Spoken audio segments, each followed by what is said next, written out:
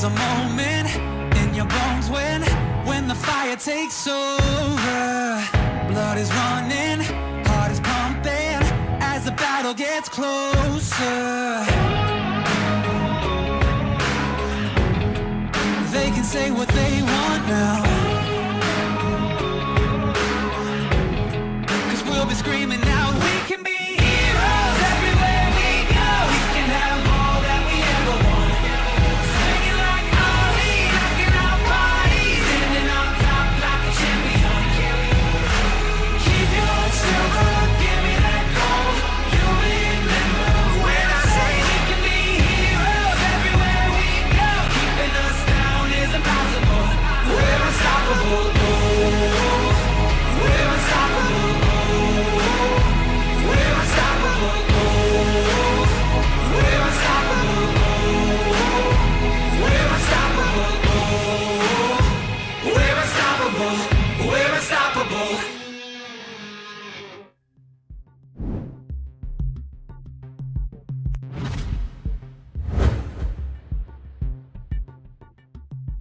Nung natalo po kami sa promotionals, ay sa defend po namin sa Jenski, in-inform po ako ni Rox kung gusto ko daw po maglaro sa Team Manila Eagles kasi kailangan daw po nila ng sub. Sabi ko, pumayag naman. Ayun po, medyo kinakabahan po kasi lalo na yung pinakamahina po akong role kasi mid po eh. Yun actually talaga. Kaya sinipag na lang po namin mag-practice.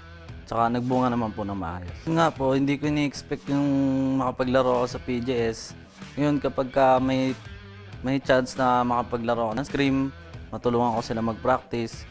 Ano ko na lang po, sinusulit ko na lang po para ma-improve ko rin yung laruan at saka lumakas pa po ako. Magandang gabi mga summoners at maligayang pagbabalik dito sa 2018 Bacchus Pro Gaming Series Spring Split. So bago pa natin pag-usapan itong susunod na match, pakilala muna kami. Siyempre kami yung casters, ako si Arctic at yung Sirisfam. At siyempre, kasama ko, not Cheetos, kundi si Cheesesteak. Yan, yun yung Arctic. Let's quick recap nung nangyari earlier today. Nanalo ng 2-0 ang Mineski over Barsex Surge Esports. So that means na nasecure nila ang top spot dito sa Pro Gaming Series headed into the playoffs. Pero yun nga, let's dive into the second match for today. It's Team Manila Eagles facing off versus Naga Esports. And I think this match is very, very interesting given that this is Rebenga's old team. And he did win the previous championship with them. So maybe he knows the inside workings ng mga ginagawa ng TME as far as strategies go. Tingnan natin kung matutulungan nga ba niya ang Naga today to overcome the current defending champions. Parang it's interesting that you brought that up. I actually didn't realize that. So in a way, parang medyo nagpa-flashback rin ako. This is kind of like the position Calculated was in before nung he just left AEX tapos facing them in the PGS on his new team. But let's go ahead and check out the standings right now. So nakikita natin, as far as both teams that are playing out this match, Team Manila Eagles nasa third right now, sitting at 12 points. While si Naga naman are sitting at tied at fifth with BRE at 7 points. So medyo interesting yung predicament ni Naga Esports ngayon because if they actually can't rake up any losses, there's actually certain consequences depende sa magiging resulta ng mga games natin bukas. Yeah, I mean, looking at the standings right now, for both teams really, if TME are able to pick up points here, they will be in sole possession of second place until, of course, TNC shows us their results tomorrow for their match. But yeah, if Naga don't pick up any wins here, their playoff spot is still in jeopardy because depending on, guys, kung ano mangyayari bukas, if Naga is still at 7 points, that playoff spot might be taken away from them.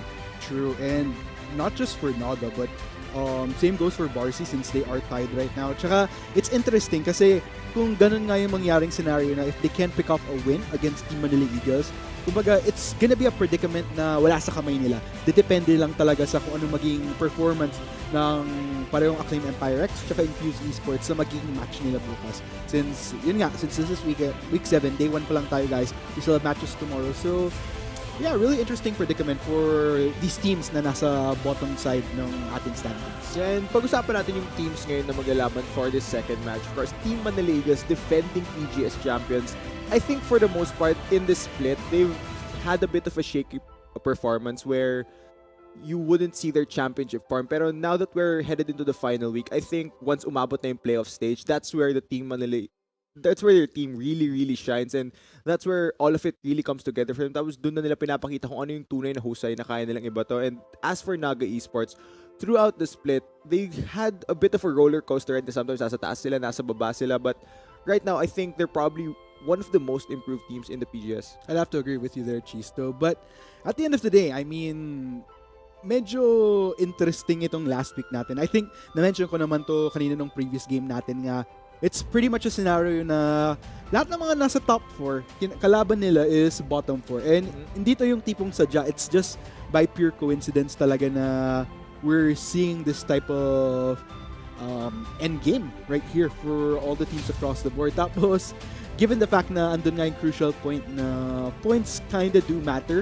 for these bottom 4 teams, depending nga if like the bottom 4 teams could actually pull off some pretty good victories against the teams na makakalaban nila sa upper part ng standings, then yeah, I mean, interesting mix-up that we're gonna be seeing. Yeah, alam mo, Arctic, kahit isang win lang kahit makakuha lang sila ng 1 point, talagang mag-iiba na yung scenario in the bottom 4 like you mentioned. Pero if none of them are able to pick up wins today, that means that Naga and Varsity are still going to be tied with 7 points each. So yeah, very interesting scenarios possible. But yeah, I think we just have to expect the unexpected in this case. Pretty much. And I guess, I don't know about you summoners, tingin nyo ba, are we gonna be seeing some potential tiebreakers? I'm all about that. I mean, those interesting twists before we head into the playoffs. And I think it would be, para sa akin it would actually be a nice twist kasi pinag-uusapan nga natin na ang daming teams na nag-improve talaga as the weeks went by sa PGS. So, not just for the twist, pero kumbaga that chance to actually potentially clinch at the last minute spot in the playoffs. That would actually be a pretty interesting way to end the group stage. Yeah, ngayon pinag-usapan na natin yung teams, Arctic. Pag-usapan na natin yung players, and one thing you noted is that they have improved throughout the split, and I really want to highlight Rebenger, even though he is a veteran. When the split started, Naga showed an inability to win on champions other than Sejuani. Pretty much. Pero after that week where they were able to adjust, I think once he pulled out picks just as Jarvan, the Rengar, I think just the expansion in his champion really helped Naga push forward. Meanwhile, I mean, that's for Naga, but at the same time, aside from Rebenga, one player that I really look forward to seeing on Naga Esports na talagang, in my opinion, has been consistent throughout every single week, Luxuria as an AD carry, AD carry, and like a lot of these winning games coming in from Naga, we usually see Luxuria really pop. It's usually a scenario wherein whether he's running a Tristana, let's say, or basically whatever marksman that they throw at him, like if the game goes really well for Naga Esports, it's almost expected that you're going to see Luxuria, if not one of the players that will pop off, one of the key players that actually allows Naga Esports to reach that point. Yeah, yun nga, pinag-usapan na natin yung players ng Naga Esports. Pag-usapan naman natin yung mga nanggagaling sa TME, of course, JLC and Marky, very, very popular players on their side. And I think both these players, given that sobrang consistent nila maglaro throughout the split, I think regardless of the whole team's performance, JLC and Marky have always performed kung ano yung kailangan ng kanilang role. And I think if they're able to keep that consistency versus Naga Esports, they will come out on top very comfortably. And aside from that, I also gotta give props to, nakita naman natin yung interview kanina si Yom. We don't really get to talk about him as much kasi technically, last weekend, yung huling weekend, week 6 pa lang siya nag-debut dito sa PGS. But in all fairness, both games, he played an excellent Galio, and leading up to that, siya pang naging MVP. So, kumbaga, that's a pretty nice way to kick off your career in the PGS, I'd say. I mean, we've seen a mix of players na enter the PGS na yung mga subs that had to be fielded didn't have the best start. But for Yom, he probably has the best start actually out of all the fresh talents na nakita natin sa PGS. I'm actually wondering if we'll get to see him again. But of course, looking at the matchup rundown right now, so nakita nyo nga, for Team Manila Eagles, maglalaro na si Trevor. Trevor is pretty much back in the game. Lalo na, this is gonna be an interesting match. Gaya nga nang mention natin, it's Rebenga facing his old team. Kaya, I think the claws are kind of out for both sides. And now that we see the players over here, Arctics, go ahead. We are in patch 8.4 and we talked about JLC, right? Let's talk about his matchup from Naga Esports, iconic in the top lane. Since the new patch, I think yung meta sa top lane, it's been shifting towards more tanky champions such as the Poppy, such as the Sion, which have been very, very popular, where yung mga champions na usually nilalaman ni JLC, such as the Gangplank and the Camille, they've been struggling a bit. So I think maybe now it's patch 8.4. It might be the time for Iconic to shine because he does excel on these tank champions. And I think this is Iconic's time.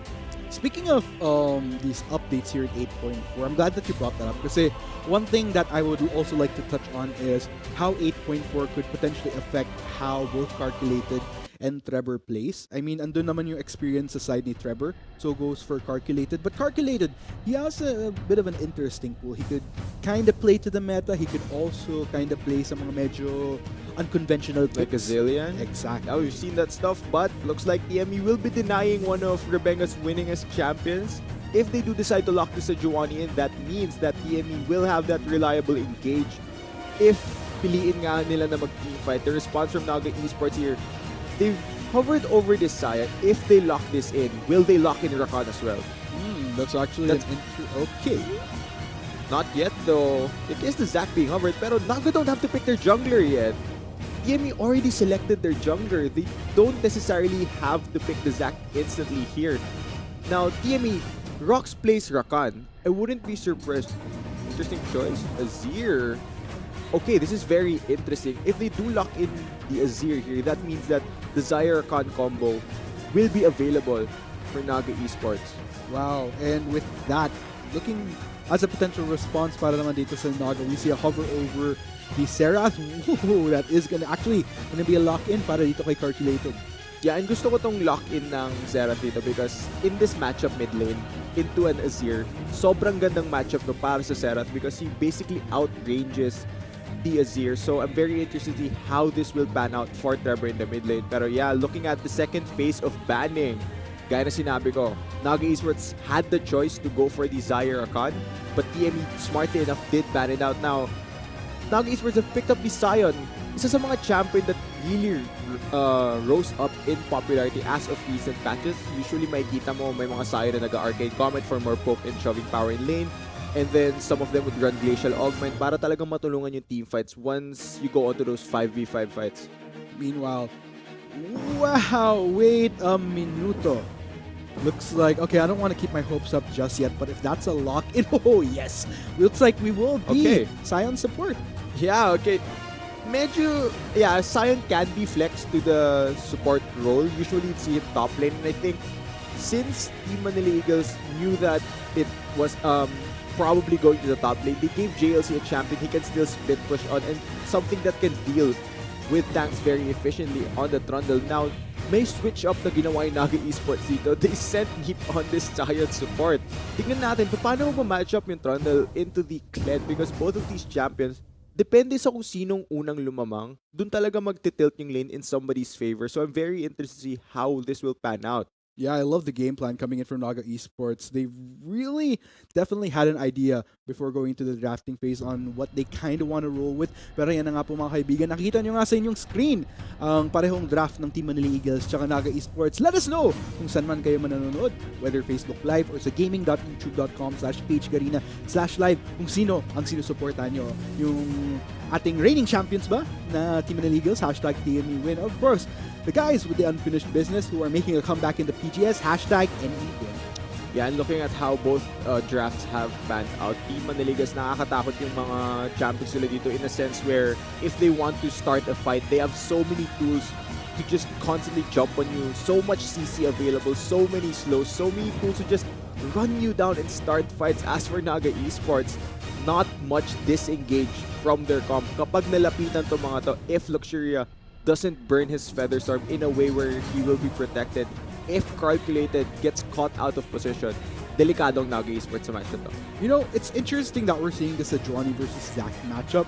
This is something I brought up a little bit earlier nung game 2 between Mineski versus Varsity X-Rage Esports na naalala mo, let's kinda rewind back to itong week 1, Naga Esports versus Varsity X-Rage Esports na naalala mo yung si XDXB, he was running the Zac pero continuously nade-deny yung engage niya dahil sa Arctic Assault ng Sejuani to not allow XDXB that opportunity na makapag-engage sa kanila. So, tables have turned kind of a bit. Pero then again, looking at Naga Esports' draft, it's not just the Zac kasi that they could use as an option to initiate on the members of Team Manila Eagles. Unlike yung game 1 where in BRE they didn't have as many options for initiation aside from XDXT. So overall, I like how this is rolling out for any.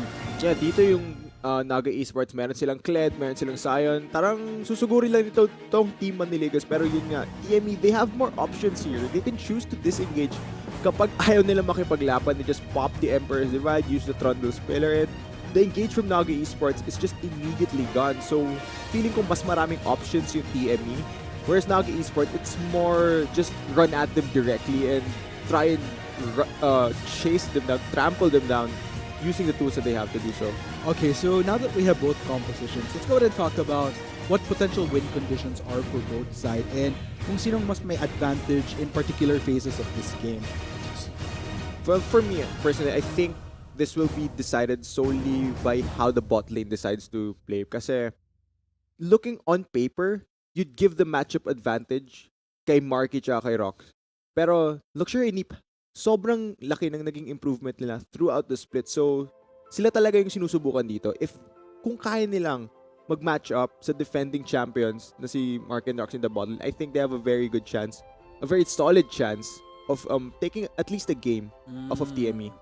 So there you have it, folks. Tsaka kayo rin, guys, by the way, feel free to let us know kung ano yung feedback nyo na kung sino ang tingin nyo mas lamang, kung who you feel had the better draft going into this game. I mean, it's an interesting topic right there. I mean, we're seeing the Sion na pinilingan ng Naga Esports was surprise flexed into the bot lane para dito kay Neep. And Neep, he's kind of one of those guys that, you know, can pull off these rather unconventional supports in a way. It's not super unconventional because I think the idea of having Sion support has been floating around for quite a bit, but it's nice to see that we're seeing someone that has the capacity to actually utilize these type of picks, actually put it into the field for Naga Esports. Yeah, and alam mo, Arte, diba we are on patch 8.4. There were a lot of changes, especially in the mid lane, new items being introduced, merong mga buffs and nerfs to certain champions. I'm kind of surprised, to be honest, that we're seeing the same a lot of similarity dun sa mga champions that we saw in the previous patch. So it looks like yung mga pro players natin ayaw pa nila mag-dive in dun sa mga bagong bagay kasi change can be tricky for so they're sticking to what they're comfortable on still. So that's why we're seeing very similar champions. And aside from the Sion support in a different role, we really can't see anything new yet. But I think we're gonna see how all of it unfolds as we head on to the Rift.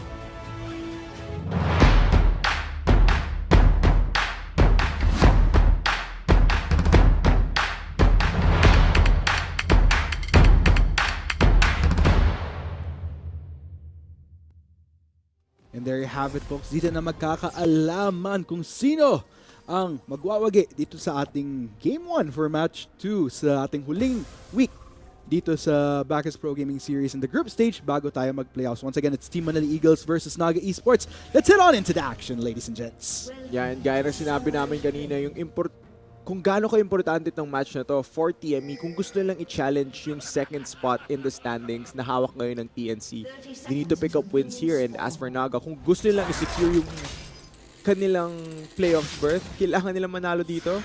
Iconic though, inaasar lang muna niya si JLC, who started with a Relic Shield. Very interesting start for the Trundle.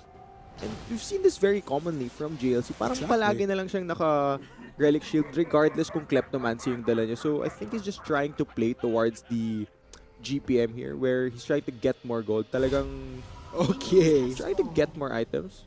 Oh man, I thought Iconic was gonna go for that. That would have been a pretty interesting first minute. But nonetheless, looks like both sides, wala tayong nakikitang invades. Basically, it's just pretty much TME and NE just looking out for the respective entrances sa mga jungles nila to make sure that no hanky-panky would happen in the midst of these first minutes. Yeah. But it's actually Naga with the poke advantage here with the range that they had. And diba Iconic was able to sneak into the bush first. I think he did force JLC back. Tignan natin, will JLC miss any CS in the top lane? He is still walking there though. Yeah. Meanwhile, there's this one point that you brought up with regards to can't quite recall. I guess I'll try to look into it a little bit later on. But yeah, looking at how this is going in the mid lane, I mean, is this probably going to be an expected thing wherein Trevor just kind of pushes in a little bit more naturally towards Calculated than the opposite.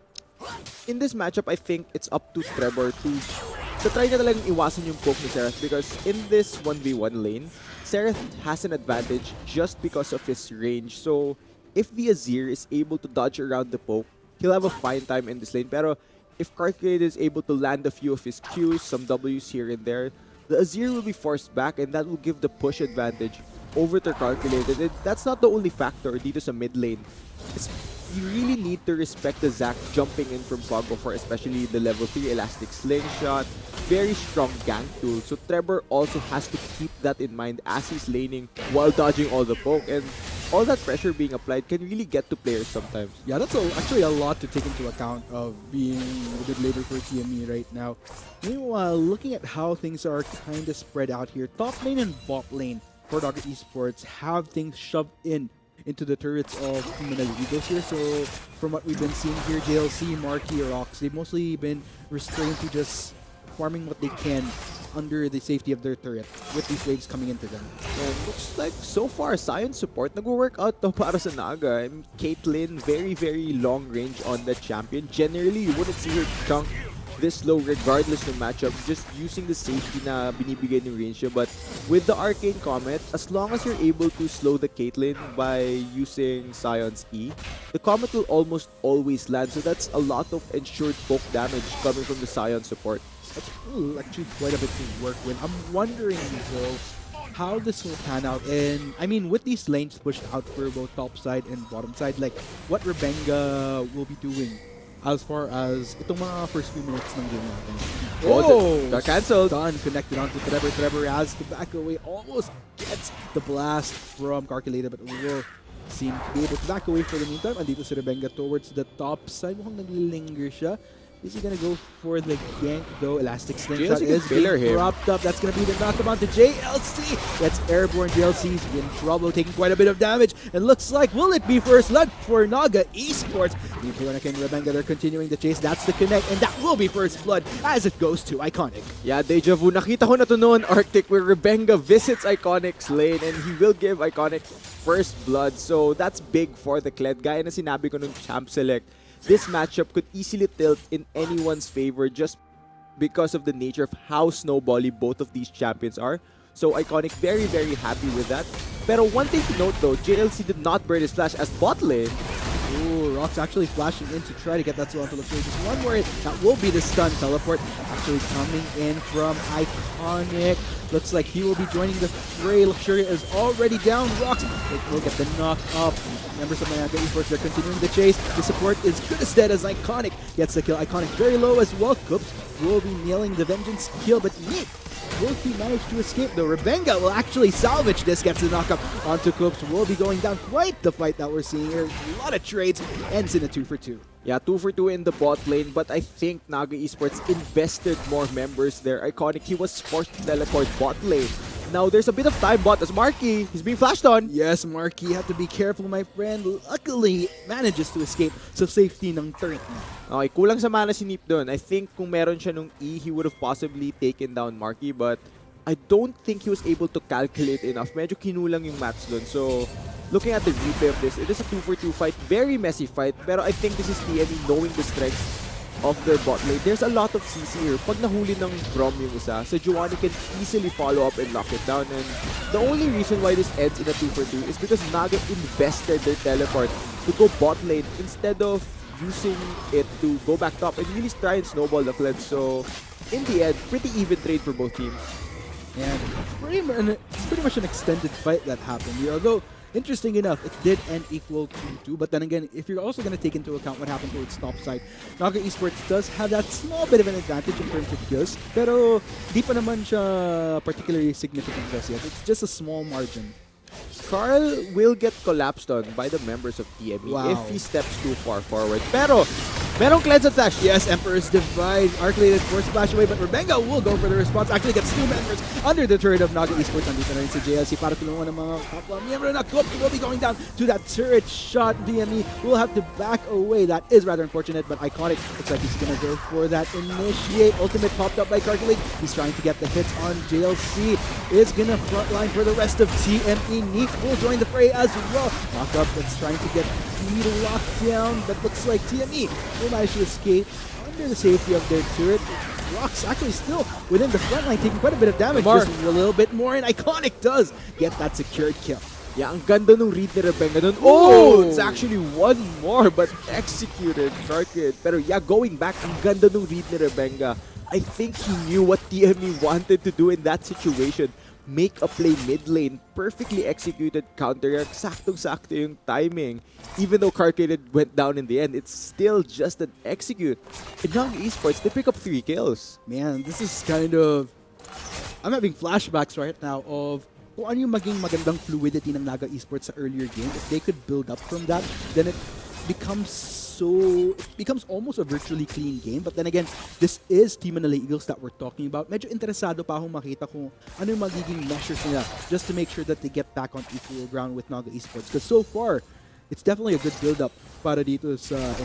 Yeah, and looking at that read by Rebenga in the mid lane, I think dun lumalabas yung binanggit natin na dati niyang kakampi ng mga to. Alam ko yung laro ng TME. So, in that situation, just really making use of the knowledge that he has, just a very well played. And looking back, TME, they do have tools to try and salvage this early game. Looking at bot lane, even though kayang-kaya ni Neep na i-poke down si Marky, if you pair up Coops and Rocks in this bot lane, that's a lot of CC. And if the Brahmans are able to lock down a target for Marky to free hit on, I think that could be one of the ways where they could make this early game a bit more even, as Rebenga is channeling Elastic Slingshot. Really gonna go for it though. Marky and Rocks, medyo Malayo. restrained sila. They are kind of lingering towards the bottom Sabay, side of sabay. the map in case the Elastic Slingshot does come in. Unstoppable onslaught coming in Teka, from Neep. Medyo lumampas ng onte. Kalmahan mo lang. But I think it was probably a good move instead of just stopping plainly under the turret and risking a potential scenario where he could take turret aggro. So I guess just kind of going a little bit past the turret just so that, you know, you're in a little bit more of a safer position. I think that's okay. Yeah, pero yun nga, looking at what happened bot lane, I think it shows the main difference between the Braum support and the Science support. Braum, as a champion, sobrang layo ng reliability niya as compared to a Sion, where as long as you're able to auto-attack someone, as long as you're able to land your Q, it's very easy to land all of Braum's abilities. So, that's very easy setup para sa yung team. Pero, looking at the Sion, tignan mo dun, the ultimate was used, not able to land onto anyone. Sobrang unreliable ng Sion. So, that's the main difference between two of these supports. And, yeah, they do give different strengths to both teams. I think it's just a matter of how they plan to use them. True. And I'm wondering though, what I really look forward to is kung anong value ang malalala ni Leap with the unstoppable onslaught into the later parts of the game once we do hit the bigger fights outside of the laning phase. Pero tingnan natin, Team Manila Eagles, they are going for the sneaky Rift Herald. Papunta si Iconic though, I wonder if he'll be able to contest this. It is quite low. Iconic will get that acid. Unfortunately, that won't be the case. But the members of TME Coops take so much damage from Iconic. Will be going down. Mukhang itutuloy ni Iconic ang pag-chase dito kay JLC. JLC no blasting cone for the salvation. Rebenga gonna jump in right there. And this might be a good as toast trundle, and that will be Iconic now on a killing spree, really popping off on this Kled 5-1 and 2. Yan, gaya na sinabi ko ng Champ Select, ito na siguro yung patch na Iconic where he will just have the moments to shine. And now, it was just one gank from Rebenga. Yung first blood lang na binigay mo kay Kled. Kled is a very, very snowbally champion. Now, looking at Iconic's kill participation, 5-1 and 2 on this Kled, I think makukuha niya rin yung first tower. Sobrang may hirapan si JLC. Eventually, they're gonna get first tower. Pero yeah, looking at how ahead Iconic is at the moment, may hirapan yung Trundle just to try and 1v1 the Kled. And I'm wondering, looking at where Iconic is going with this build, looks like he went for that Tiamat. I think he'll eventually be building up for Black Cleaver first item. But okay, there you go. That will indeed be the case. So, interesting enough though, what I like about this game thus far is it's so refreshing to see Iconic in a position wherein he's actually leading the fray. I think this is probably one of the best starts that we've seen from him yet. So I'm wondering, with this build-up, if this will eventually continue to leading to Iconic just leading the fray for Naga Esports. Yeah, and alam mo, I think yung main reason kung bakit lamang talaga sa Iconic sa matchup ito is because Rebenga has had a much larger impact throughout the map compared to Kup. Rebenga has been counter-ganking very effectively, setting up ganks very effectively. Whereas si Kups dito, medyo naiiwanan siya ni Rebenga. We haven't seen those huge glacial attritions from him. Aside from that initial gank bot lane, he always died whenever he went for the gank. And that's really not what you want as a jungler. Agreeable. And what's tricky here at the same time? Kaya nakita ko na to. Rebenga, is he gonna go for it? Is he gonna chill for a bit? But yeah, I think now that I realize, kung titingnan mo rin, both junglers, si Rebenga at si Kup, with how these teams function, parehong yung junglers na to, complementary to really helping out the lanes. But of course, at the end of the day, who comes up better? Definitely Rebenga. Gaya nga ng sinabi mo. Oh no, JLC. Looks like, okay, it's Naga Esports won't be forcing anything. Rebenga wasn't in the vicinity in case something did break out between these two top laners. Yeah, and binanggit mo, Arctic, the way that both of these teams function. Diba? Now that the laning phase is practically over for Iconic, that means Rebenga has a bit of a less threat. I think Zac as a jungler really shines during the laning phase, whereas the Sejuani pick can really pop off once you head into the mid game, where it's a more open map, you can look for more team fights, and if you're able to coordinate well with your team, dun ka talaga makakapag-build ng advantage. So, in a sense, since the laning phase is over, you're denying a bit more options of the Zac and opening up more chances para dun sa Sejuani to be more relevant in this game. I'm wondering though if Hoops will make that of relevance, because one of the tricky parts here is that para sa Team Manila Eagles, if you're gonna look at how the kills are focused on just one member, tapos particularly it's Hoops pa, not necessarily the best person you want to try to build up. Oo, it does allow Hoops a little bit more of a better time in transitioning into being a little bit more beefy when he goes for initiates, but as far as where the rest of TME is right now, with the exception of Marky, not quite there just yet. I mean, TME, they do have the superior team fighting comp. Sobrang lakas ng team fight. It's a Braum Sejuani combo, so much CC. Ang tanong lang talaga is how can they get there? And I think Naga have been abusing the fact that they have stronger lane matchups. They have a more effective ganking jungler in the first 6 levels. And that's the main reason kung bakit meron silang lamang dito eh.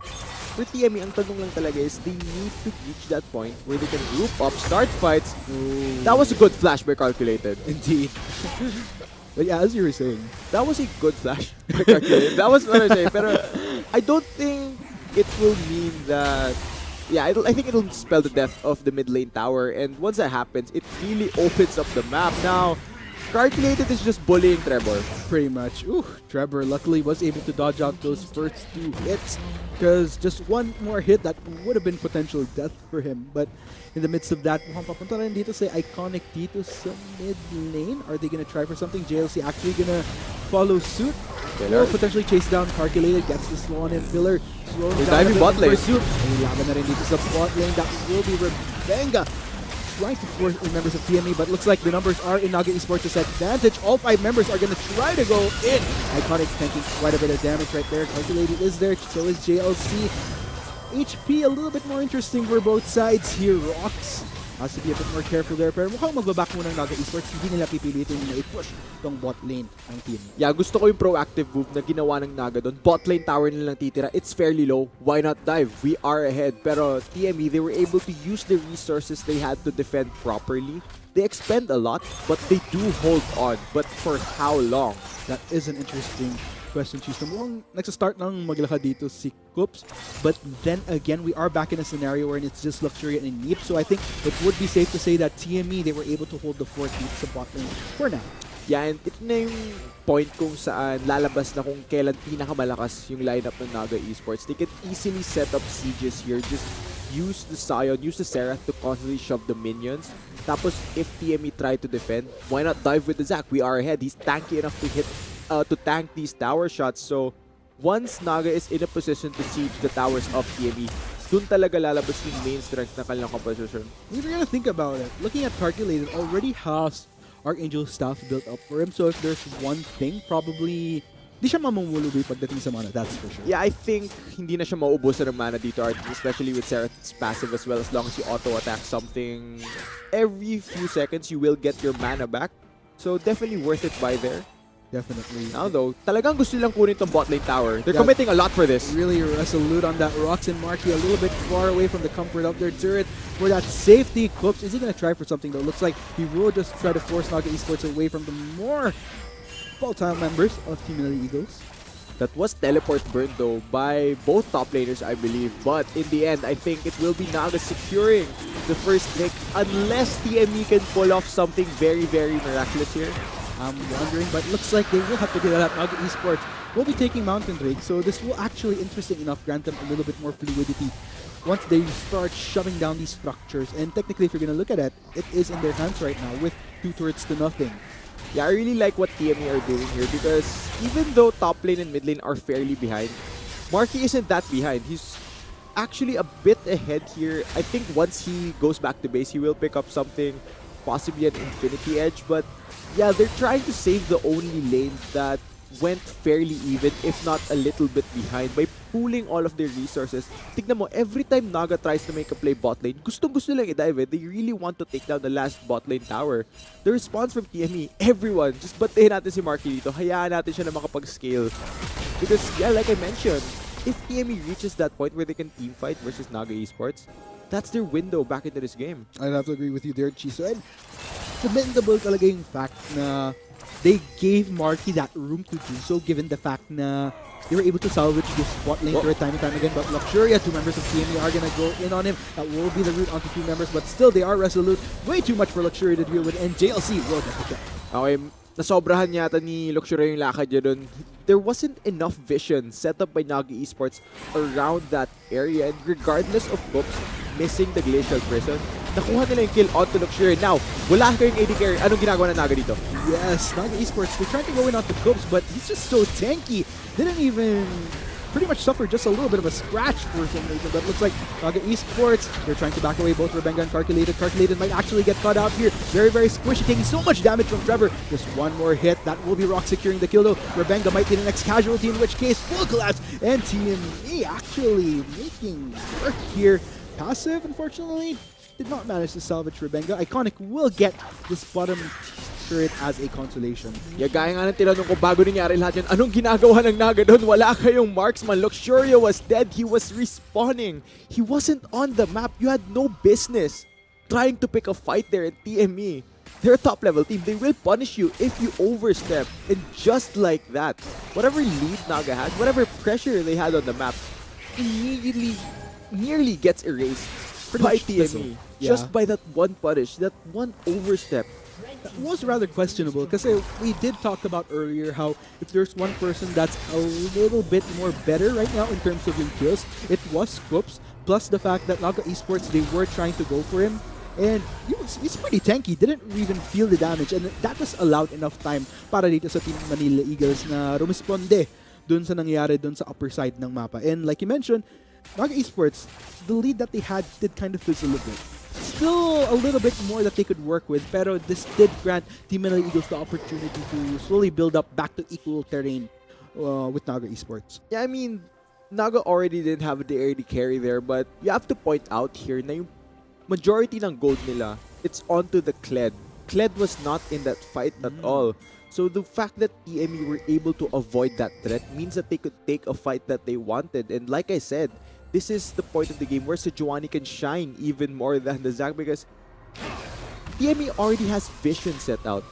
That's probably yung pinakamalaking factor na mag-deny sa Zac, sa effectiveness ng Zac. If you have wards set down, that means hindi kayo mabubulaga ni Rebenga once he jumps out of Fog of War. Whereas si Giovanni, kahit kita niyo siya, she can just constantly jump on you and just toss her ultimate and the fight's gonna start. And just like that, TME shows they can run you down with this comp. Pretty much, man. Let's go ahead and see, though, Naga Esports. If I think that they would be able to make the adjustment to at least not make the same errors again, especially in the absence of key carries such as Iconic with the lead that he has right now. And guys, sinabi natin, Luxurio, he went down a little bit earlier in the fight, and they indeed didn't have any business in that particular clash. But moving forward into this game here, Baron Nashor is up, so I'm wondering, is this gonna be a little bit more of the side where we'll be seeing a lot more of these teams trying to get control? Yeah, and I think, like you mentioned, both teams are beginning to set up around that Baron area. Tingnan mo, both top laners are already bot lane because they want to draw the attention of the other members away from that Baron pit. Pero if action does start around that area, meron silang teleport to try and respond to these fights. Pero even if you leave JLC in a 1v1, kahit behind siya in lane, even though he got constantly ganked by the members of Naga Esports, I think at this stage, JLC has enough survivability na hindi mapatay kagad ni Iconic dito sa 1v1 na to. Meanwhile, TME, looks like we're seeing a lot of these members converging towards the mid side as 1v1 commences here in the bot lane. Iconic loses out on Scarl. Looks like he wants to try to juke it out with JLC to try to recover just that, and he indeed gets him back. Let's go ahead and see, though, the rest of Naga Esports are starting to make a maneuver towards this bot lane. So is Trevor, though, was making a recall, but it's like both sides will just kind of call it quits for now. Gusto ko yun kay JLC parang okay, 5-1-2 si Iconic, kayang-kaya ko pa rin siya labanan dito. I like the confidence that he has na, gaya na sinabi ko, Trundle already has enough tools to survive versus the Kled. So, Iconic, hindi niya mabubully as easily as before si JLC. I have to agree with you there, Chiso, because if you're going to look at how JLC has been building up, Frozen Heart along with Ninja Tabi, that actually allows him to deal with quite a bit of those trades 1v1 against Iconic. So, because especially if you're going to think of what Kled mostly does in the midst of trading, I mean, you have the trap through the Q, just a little bit of damage through E, but most of it comes from the basic attacks coming alongside violent tendencies. Yeah, and mukhang JLC will be picking up more armor. But speaking of picking up things, Naga Esports will secure their second Mountain Drake of the game. And now that they have 2 Mountain Drakes, Baron starts to look extra good for your team because you have more bonus through damage, you have more tools to go towards that objective. But Neep ulted to try and get Trevor, but yeah, JLC will just take down his tower. A little bit off the axis there coming from Nip, but Trevor very low.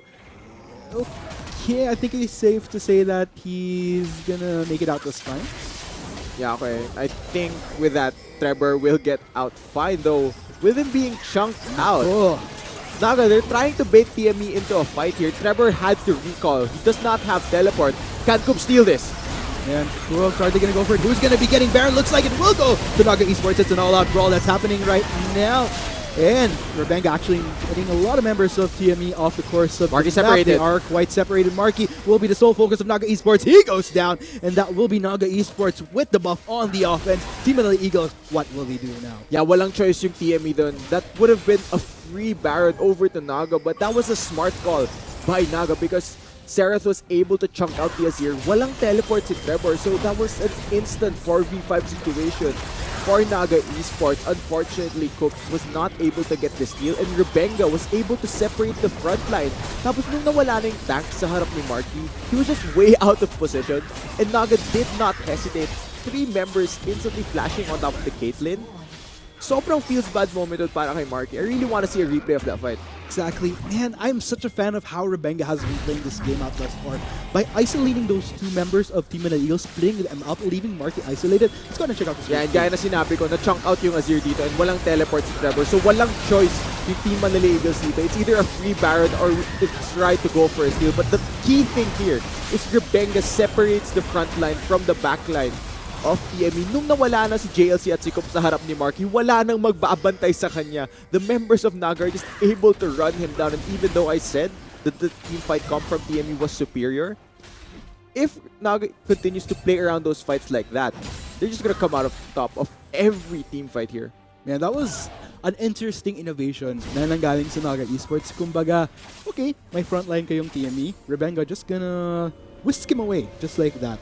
I mean, hindi mo kailangan palagi mag-tunnel vision sa backline Yeah. Arctic because some of those factors in that fight, gaya nga sinabi ko, the moment that the front line was away from Marky, mag-hesitate na siya dun eh. He just can't go super aggressive without anyone trying to protect him. And kulang si Rox versus 3 members. And it's a fed Kled as well. Kled can easily dive onto you, and once he's on top of you, with the Black Cleaver movement speed, with the jousting as well, there's really no way he can escape. And looking at Iconic, man, the build-up is absolutely amazing. Already has the 2 key component items for Kled. Black Cleaver, he did opt for the Ravenous Hydra as opposed to the Titanic Hydra. Looking really, really good for him right now. And still have the buff, Naga Esports. Let's go ahead and see what value they'll get out of this. From Team Ligas, they are on the defense right now.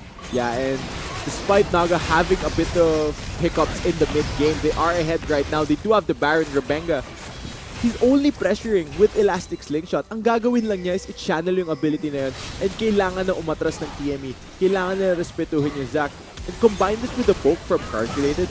This is such an impressive siege. And gaya na sinabi ko, this is where Naga Esports, Marky got hot! Rebenga easily gets Marky and he gets decimated. Looks like this could potentially be the game. All the members of TME are going down, down, down. Crooks and Marky, they're already gone. Are we going to be seeing more? Trevor is quite low alongside Rox. Ooh, quite the damage. Coming in from Calculated, is Naga Esports going to go for the finish though? Dalawang inhibitor na ang natanggal sa side ng Team Manila Eagles. Mukhang Nexus na ang pakay nila. They're going straight for the turret. Nexus turret number 1 ang bababa. Naga Esports, are they going to continue though? Iconic, he is in the front line. He's taking quite a bit of damage there. Survives. Oh, unfortunately does not, as Rox will get the kill. The Eagles are trying to salvage this game. Rebenga is just so tanky, so beefy. Front lines, and ladies and gents, JLC, siya na lang ang surviving member. Marky will be up in just a bit. Pero napakarami ng members ng Naga Esports ang up and running na tapusin ang laro na to. Crooks and Marky, they're gonna try to go for it. Naga Esports, are they gonna go for the finish though? This Nexus taking quite a number of hits. Ladies and gents, game 1 in this best of 3 is gonna be going to Naga Esports hashtag and win. Yeah, mukhang hindi mapipigil ng Team Manila Eagles ang Naga Esports in that first game. Naga just playing to their strengths, and I think it stems from the play that Rebenga provided for his team. Super efficient on the Zac, really getting his lanes ahead. Now, for TME, questions have to be answered because in that game, it looks like all of their lanes either lost or just went even. But knowing the defending champions, I'm pretty sure for game 2, kayang-kaya lang i-pick up yung sarili nila and really put this in a situation where we head into game 3. Man, that game, I gotta say, with Naga Esports, nagkaroon sila ng mga shaky games these past few weeks, but when they get it, when they are able to execute, it's just so beautiful, almost near virtually clean to an extent.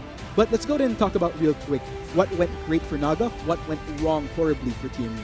I mean, what went great for Naga, they really played to their comp strengths. Like I mentioned, they have a really, really good siege with the Seraph trying to poke you down, and the threat as well from Rebenga's Zac. But as for TME, they had team fight in their lineup. They had a lot of CC, a lot of ways to start fights, and they had carries for those team fights. They had Azir and Caitlyn. Unfortunately, hindi sila umabot sa point na kaya nilang idiretso 5v5 yung Naga because they fell so far behind just during the laning phase. They couldn't really reach that point into the later parts where they really get their click on. But I guess, ladies and gents, that will be game 1 once again. Congratulations to Naga. Pero of course, that's just one battle. Hindi pa nagtatapos yung buong digmaan ng match na to. But for the meantime, we'll be taking a quick break. We have been your casters, Arctic at your service fam. Siyempre, kasama ko si Chisto. This is the 2018 Bacchus Pro Gaming Series Spring Split. Kita-kits tayo guys for game 2. Flashing in to try to get that sword on the stage. One more hit. That will be the stun teleport. Actually coming in from Iconic. Looks like he will be joining the fray. Luxuria is already down. Rocks will get the knock up. Members of Mayanta Esports are continuing the chase. The support is good as dead as Iconic gets the kill. Iconic very low as well. Cook will be yelling the vengeance kill, but will he manage to escape? The Rebenga will actually salvage this. Gets the knockup onto Cook. Will be going down. Quite the fight that we're seeing here. A lot of trades. Ends in a 2-for-2. And for the rest of TME, Meek will join the fray as well. Knockup is trying to get locked down, but looks like TME will manage to escape under the safety of their turret. Rocks actually still within the front line, taking quite a bit of damage. Just a little bit more, and Iconic does get that secured kill. Yeah, ang ganda nung read na Rebenga dun. Oh! It's actually one more, but executed. Can Cook steal this? And Cook, are they going to go for it? Who's going to be getting Baron? Looks like it will go to Naga Esports. It's an all-out brawl that's happening right now. And Rebenga actually getting a lot of members of TME off the course of Marky the map. They separated. are quite separated. Marky will be the sole focus of Naga Esports. He goes down, and that will be Naga Esports with the buff on the offense. Team Manila Eagles, what will we do? To the boat Yeah, from walang calculated. This is such an impressive season. Gaya na sinabi ko, this is where Naga Esports, no, Marky got hot. Rebenga easily gets Marky, and he gets decimated. Looks like this could potentially be the game. All the members of TME are going down, down, down. Brooks and Marky, they're already gone. Are we going to be seeing more? Trevor is quite low alongside Rocks. Ooh, quite the damage. Coming in from Calculated is Naga Esports going to go for the finish though. Dalawang inhibitor na ang natanggal. Sa side ng Team Manila Eagles, mukhang Nexus na ang bakay nila. They're going straight for the turret. Nexus turret number 1 ang bababa. Naga Esports, are they going to continue though? Iconic Heals in the front line. He's taking quite a bit of damage there. Survives. Oh, unfortunately does not, as Rocks will get the kill. The Eagles are trying to salvage this game. Rebenga is just so tanky, so beefy. Front lines, and ladies and gents, JLC. Siya na lang ang surviving member. Marky will be up in just a bit. Pero nakarami ng members ng Naga Esports ang up and running na tapusin ang laro na to. Brooks and Marky, they're gonna try to go for it. Naga Esports, are they gonna go for the finish though? This Nexus taking quite a number of hits. Ladies and gents, game 1 in this best of 3 is gonna be going to Naga Esports. Hashtag NE win. Yan, mukhang hindi mapipigilan ng Team Manila Eagles ang